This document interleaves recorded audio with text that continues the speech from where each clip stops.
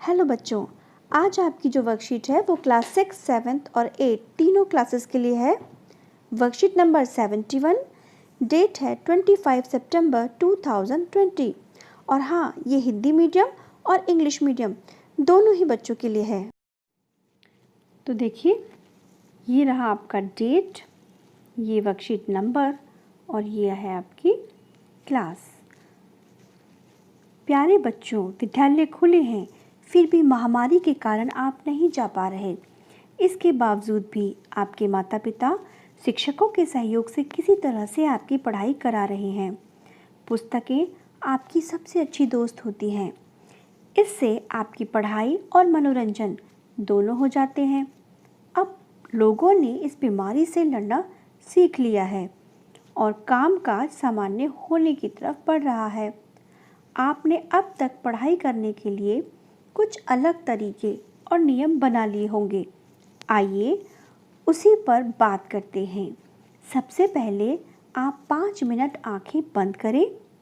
अपनी ज़रूरत और सुविधा के अनुसार पढ़ाई के लिए एक टाइम टेबल सोचें, फिर उसे लिखकर अपने पढ़ने की जगह पर लगा लें, उसके सामने वाली दीवार पर। आइए रोचक और सही ढंग से पढ़ाई के लिए कुछ बातचीत करते हैं। अब देखिए, जैसे कि यहाँ पे इन्होंने एक फ़ोटो भी दिया गया है।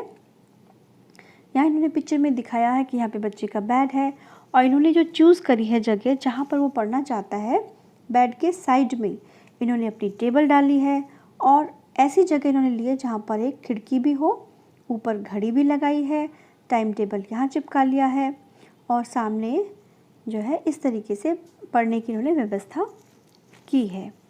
अब देखिए बच्चों, यहाँ पर इन्होंने पूछा है कि पढ़ाई में कौन कौन सहायता करता है।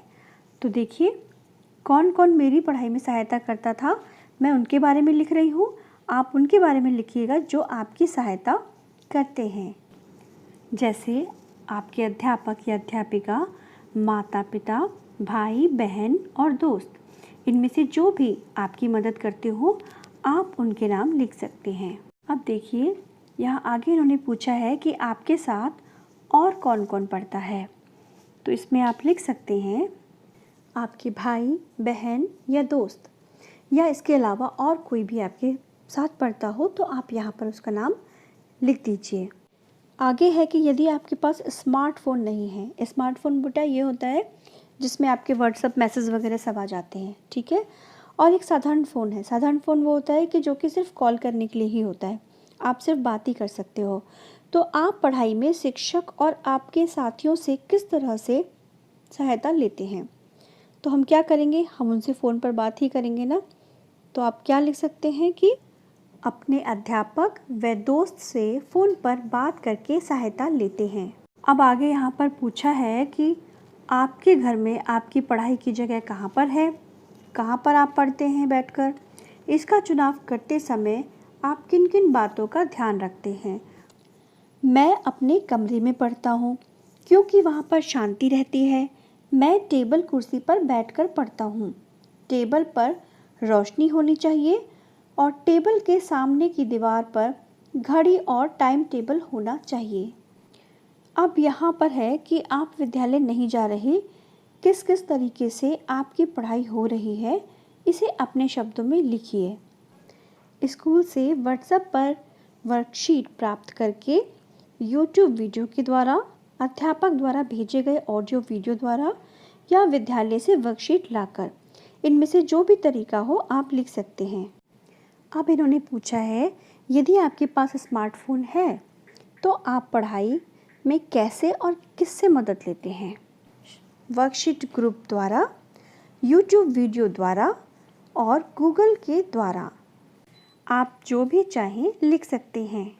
अब बेटा अगला क्वेश्चन है कि पढ़ाई के बीच में आप अपना मनोरंजन कैसे करते हैं। जब आपका मन करता है कि अब मैं कुछ मनोरंजन करूं, तो आप क्या क्या तरीके अपना सकते हैं।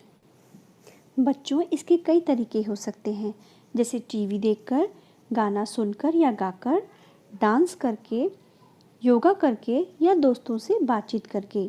आप जो चाहें लिख सकते हैं। तो बच्चों, अब हमारी वर्कशीट ये समाप्त हो गई है और अगर आपको कहीं भी दिक्कत हो तो आप इस वर्कशीट को दोबारा देखिए। तो नेक्स्ट वर्कशीट तक थैंक यू एंड बाय।